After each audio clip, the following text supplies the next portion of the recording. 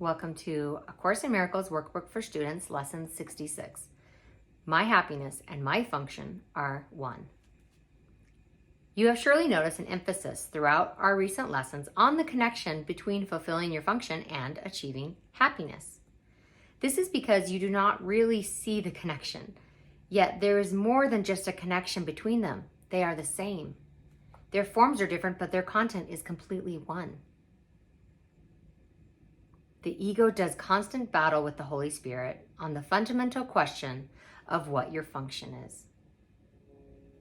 I'm going to pause and just say this is a really powerful lesson. And I encourage all of us to really sit with this for at least a few minutes.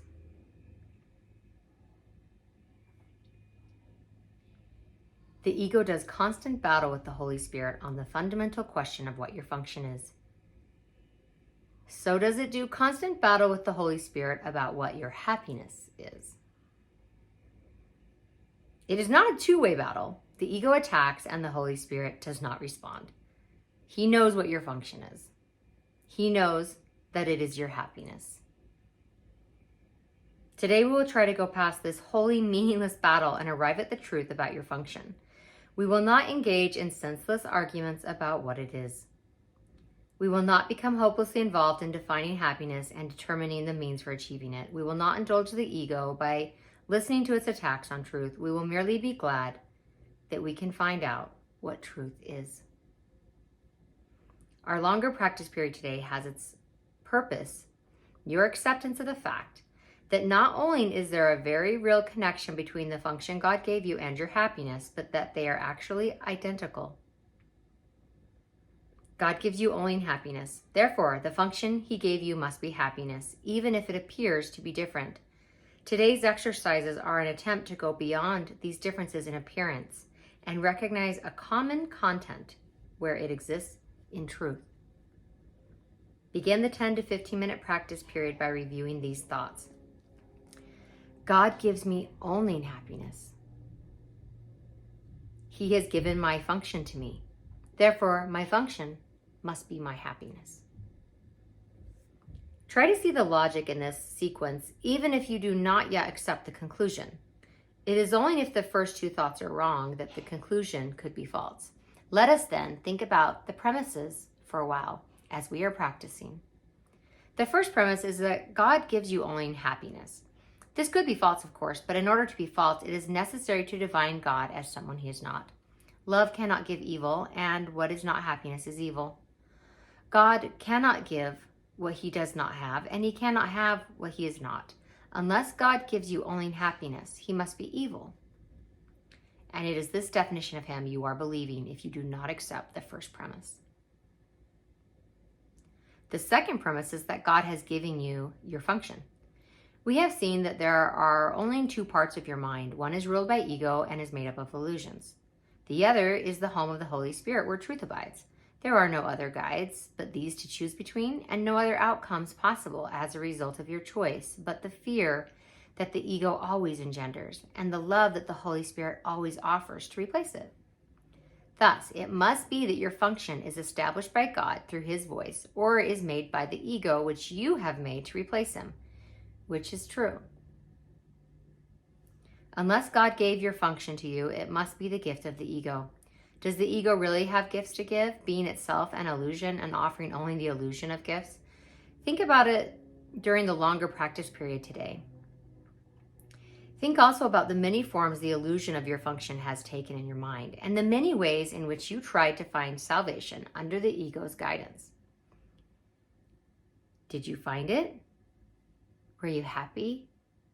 Did they bring you peace? We need great honesty today. Remember the outcomes fairly and consider also whether it was ever reasonable to expect happiness from anything the ego ever proposed. Yet the ego is the only alternative to the Holy Spirit's voice. You will listen to madness or hear the truth. Try to make this choice as you think about the premises on which our conclusion rests. We can share in this conclusion, but in no other, for God himself shares it with us. Today's idea is another giant stride in the perception of the same as the same, and the different as different. On one side stands all illusion. All truth stands on the other.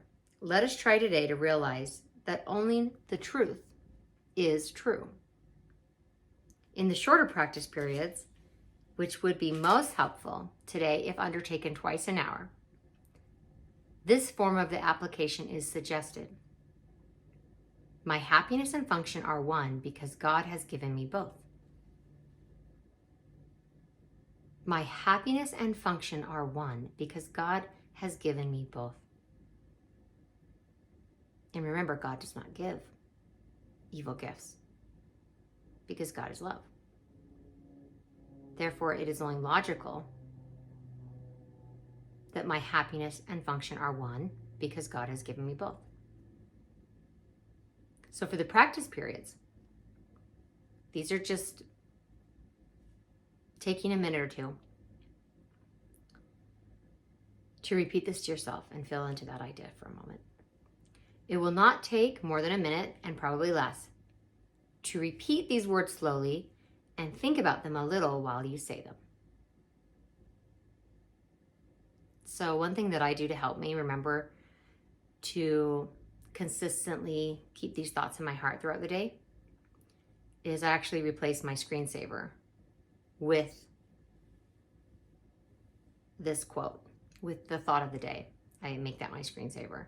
Or I can write it on a piece of paper and keep it in my pocket. I like to keep it somewhere where it's easy to grab because I don't necessarily carry the entire book around with me all day.